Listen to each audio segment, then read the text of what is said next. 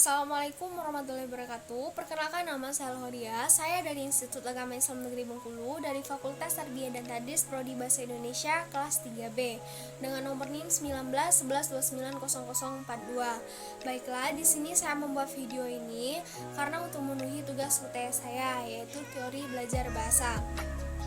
Dan di sini saya akan membahas tentang kondisi pembelajaran bahasa Indonesia terkini beserta masalah yang dihadapi guru maupun siswanya. Nah, ada satu pakar mengatakan mata pelajaran bahasa Indonesia termasuk salah satu mata pelajaran yang diuji nasionalkan. Namun nasibnya tidak seperti mata pelajaran yang diuji nasionalkan yang lain, apalagi di sekolah kejuruan. Nah, sementara di negeri lain bahasa Indonesia itu dijadikan bahasa kedua mereka yang sejajar dengan bahasa Inggris. Nah, mata pelajaran bahasa Indonesia ini terkesan tidak penting karena bahasa Indonesia ini adalah bahasa keseharian bagi peserta didik. Dan sekarang manfaat dari belajar bahasa Indonesia ini selalu dipertanyakan. Nah, pembelajaran bahasa Indonesia ini terkesan tidak menarik, membosankan, tidak ada untuknya. Ironisnya bisa membuat atau menjadi siswa menjadi kesulitan dalam proses pembelajarannya. Nah, jadi menurut saya sendiri, pembelajaran bahasa Indonesia itu sebenarnya sangat perlu untuk semua orang, apalagi untuk peserta didik. Tetapi terkadang metode pembelajaran bahasa Indonesia itu terlalu dominan dengan teks, dan itu membuat para peserta didik malas untuk belajar bahasa Indonesia. Apalagi di zaman sekarang kita belajar menggunakan daring. Nah, prinsip belajar bahasa Indonesia ini memang banyak belajar dengan teks, tetapi kita tidak bisa serta-merta diterapkan karena budaya literasi di Indonesia masih rendah. Jadi, menurut saya, sebaiknya metode dan cakupan materi dalam bahasa Indonesia itu harus dibuat lebih fleksibel lagi. Nah, karena belajar bahasa Indonesia itu sangat penting.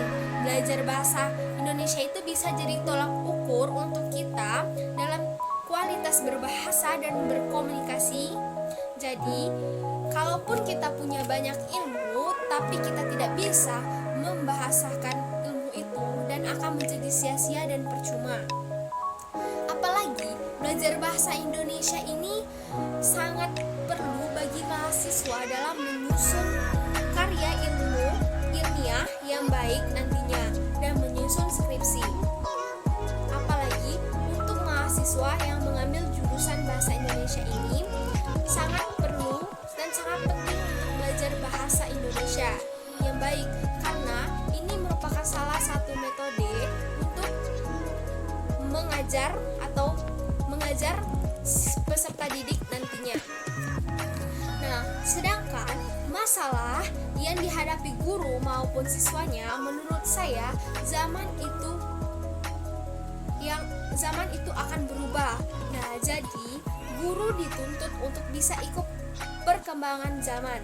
Nah, sekarang ini masih banyak guru yang ngajar menggunakan cara ngajar yang kuno. Jadi nggak sesuai sama anak-anak atau peserta didik zaman sekarang, yang mana zaman sekarang ini teknologi industrinya 4.0, tapi masih banyak guru yang masih gaptek atau gagap teknologi. Jadi kadang sebagai siswa itu merasa bosan dan gak ngerti apa yang diajarkan oleh gurunya. Nah, menurut saya, saran saya, sebaiknya kita, seandainya saya menjadi seorang guru, saya akan memberikan cara atau memberikan pengajaran yang lebih berkreatif, seperti teknologi yang zaman sekarang menggunakan PowerPoint. Nah, baiklah, sampai di situ saja.